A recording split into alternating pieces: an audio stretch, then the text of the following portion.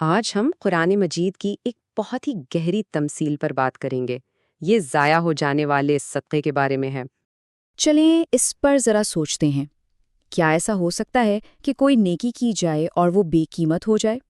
کیا یہ ممکن ہے کہ ایک اچھا کام کیا جائے اور اس کا کوئی اجر ہی نہ ملے بلکہ وہ پوری طرح ضائع ہو جائے؟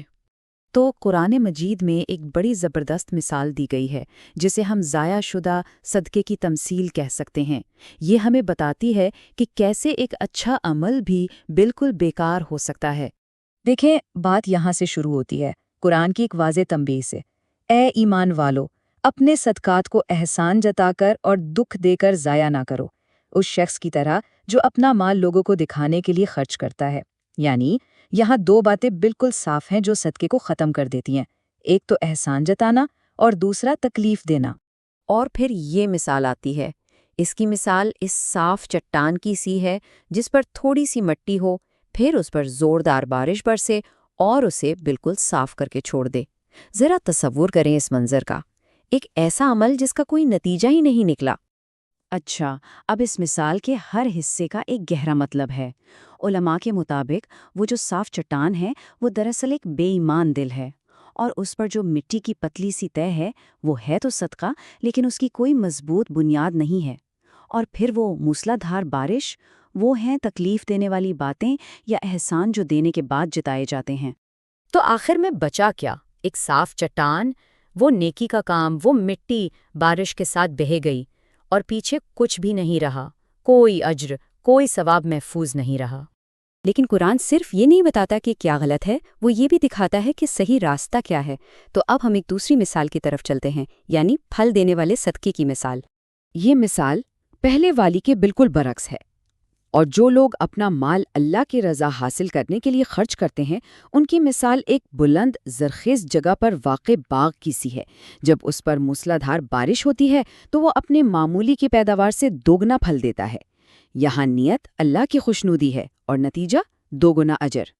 اور اجر کی یہ کثرت ایک اور مثال سے اور بھی واضح ہو جاتی ہے۔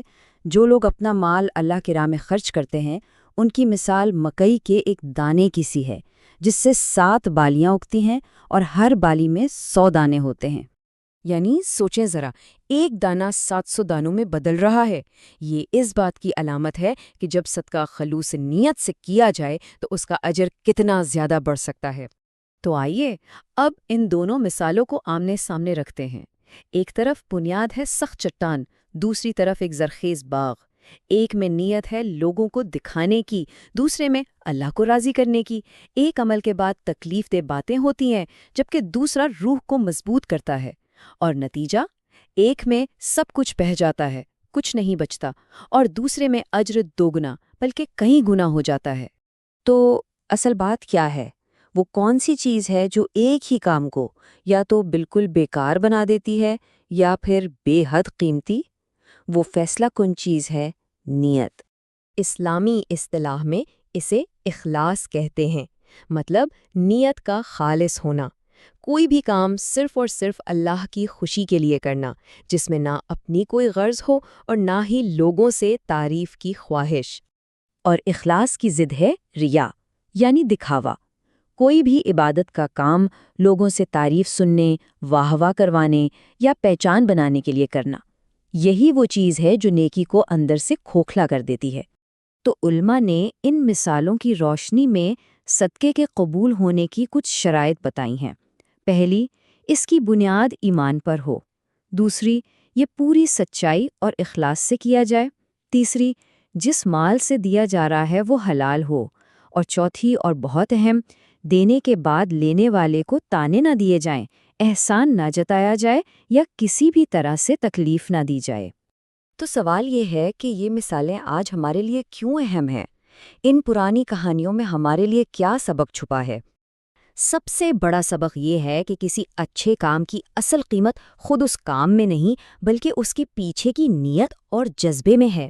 ایک ہی عمل یا تو ایک عارضی دکھاوا بن سکتا ہے یا پھر ایک ہمیشہ رہنے والی سرمایہ کاری۔ سارا فرق نیت کا ہے۔ اور آخر میں یہ ایک سوال جو ہم سب کے لیے ہے، ہم یہ کیسے یقینی بنائیں کہ ہمارے نیک اعمال ایک بنجر چٹان کی طرح نہ ہوں بلکہ ایک سرسبز باغ کی طرح ہوں؟ یہ وہ سوال ہے جس پر ہم سب کو اپنی زندگی میں غور کرنا چاہیے۔